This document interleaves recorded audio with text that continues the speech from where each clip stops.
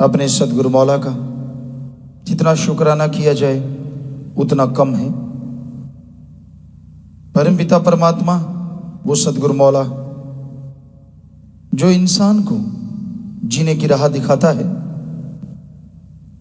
जो इंसान को इंसान से भगवान तक का रास्ता तय करवाता है, जो इंसान को जीते जी परमानंद से नवाज देता है, जो इंसान को उस इंसान को जो पीर फकीर की सुन के अमल करे, कण कण में जर्रे जर्रे में अल्लाह मालिक के दर्शन करवा देता है।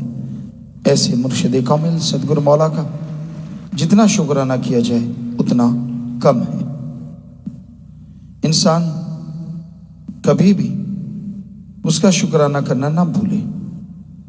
एक कदम उठाते हो, क्या मालूम अगले कदम में आपके लिए क्या रखा है।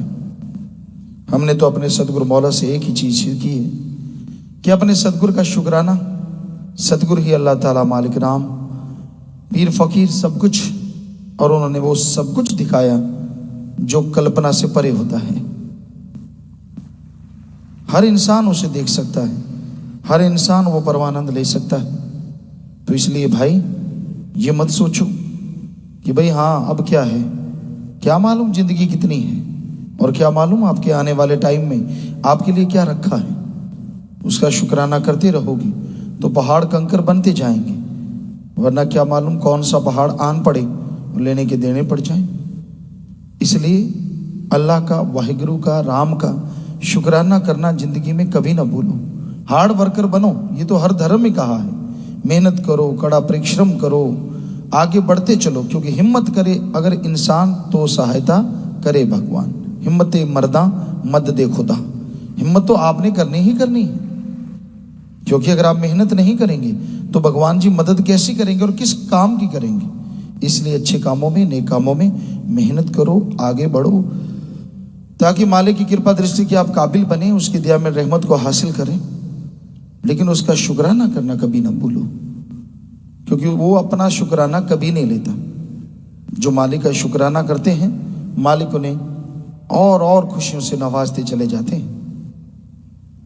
लोग भुला देते हैं सब परोपकारों को, भूल जाते हैं अपनी औकात, अपनी उन तमाम चीजों को जो मालिक ने बख्शी होती हैं। इंसान आदत बना लेता है, जो मालिक ने रहमतें की वो बुला देता है, जो नहीं मिल रहा उसके लिए चिल्लाता रहता है। नहीं, कभी नहीं। हमें हमारे जन्मदाता पिताजी ने, बापूजी ने यही बताया कि अगर कोई एक कदम भी आपके लिए चल पड़ा तो याद सारी जिंदगी उसका गुण कभी भूलना नहीं। और वाकई यही इंसानियत है। सदगुरु मौला के चरण में आए, उन्होंने तो कहना ही क्या है, सब कुछ उन्हीं का बताया, सब कुछ वही करवा रहे हैं। पर वो एक इंसान होते हुए भी उन्होंने ये बात कही कि हमारा तो यही असूल है खानदान का। वाकई यही असूल हर इंसान का होना चाहिए कि आपके लिए अगर कोई एक कदम, एक खाने की कौर भी खिला दी, आप कैसे बुला देते उस गुण को। वो खाने की कौर जो जिंदगी और मौत के बीच ढाल बन गई, वो पानी की घूंट जो जिंदगी दिला दे, अरबों रुपए से भी बाजार से उस क्षण खरीदी नहीं जा सकती। तो इसलिए भाई सतगुरु के परोपकार, उसको तो जीव कभी भुलाए ही ना, क्योंकि सतगुरु मौला ऐसे परोपकार करते हैं और कभी एहसान नहीं जताते कि मैंने तेरे पे परोपकार किया। हाँ, ये जरूर बता दें कि अगर तू बुरे कर्म करता रहा, किए गए परोपकार तो कोई बात नहीं, पर आने वाले भयानक कर्म तुझे भोगने पड़ेंगे, फिर मत चिल्लाना। तो इसलिए अपने सतगुरु मौला का शुक्राना करते रहो, ज़्यादा फन्ने खा ना बनो, क्योंकि नन्हे खा बनते देर नहीं लगती। जो इंसान अपने आप को फन्ने खा, मालिक को गालियाँ निकालते रहते हैं, परवाह नहीं करते, फिर कोई पता नहीं लगता। क्या पता वो जुबान ही बंद हो जाए जिससे गालियाँ निकाल दो, क्या पता वो कदम बंद हो जाएं जिनसे आप चल चल के दूसरों को यूं रिझाते हो।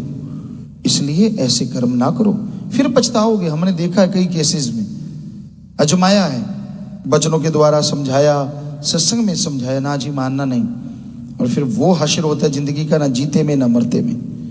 इसलिए वो स्थिति आने से पहले पहले सुधर जाओ, छोड़ दो बुराइयां, छोड़ दो अहंकार, खुद ही करो जाप राम का, करो गुणगान परोपकारों का जो सतगुरु मौला ने किए हैं, उस परमपिता परमात्मा ने किए हैं। कोई परोपकार गिनाता है तो टोंट ना कसो, क्योंकि परोपकार गिनाना सुनाना दिल गुर्दे की बात है। पीर फकीर के सामने अगर कोई झूठ बोलता है तो कुलों तक रगड़ा चला जाता है, और सच बोलता है तो कुलों तक खुशियां चली जाती हैं। ये दो ही चीजें होती हैं। तो इसलिए कहीं ऐसा ना हो खुद ही मजाक बन के रह जाओ। कोई मालूम नहीं, कुछ पता नहीं चलता इस काल की नगरी में। चलते चलते सिक्का कब खोटा हो जाए। चल रहा है, बढ़िया दाम मिल रहे हैं, और जब खोटा हो जाए तो ठक ठक ठक कुछ भी नहीं। तो इसलिए भाई जिंदगी का कोई भरोसा नहीं। हारमोनियम बजता है, बजते बजते कब उसकी सुरें बिगड़ जाएं और वो बेसुरा हो जाए कुछ मालूम नहीं। तो चलो उसको तो फिर भी कारीगर से सुरों में लाया जा सकता है। अब ढोल की फट गई बजते बजते तो चलो फिर से उसको चेंज किया जा सकता है। लेकिन अगर शरीर में कुछ ऐसा हो गया तो फिर उसको वापस लाने में पता नहीं कितना टाइम लगे। कोई बीमारी लग गई, अंगहीन हो गए, अपंग हो गए, या ये पुर्जा ही हिल गया तो जाना इधर है, जाओगे इधर, बोलना कुछ और है, निकलेगा कुछ और।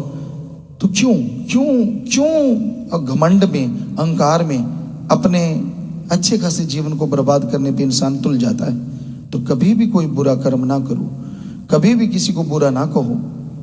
तेनु यार नाल की, तेनु चोर नाल की, अपनी निवेड़ तेनु होर नाल की। कौन क्या करता है क्या नहीं करता किसी को कुछ लेना देना नहीं होता। चोर चोरी कर रहा है तो इसका मतलब ये थोड़ा कि आप भी चोरी करो।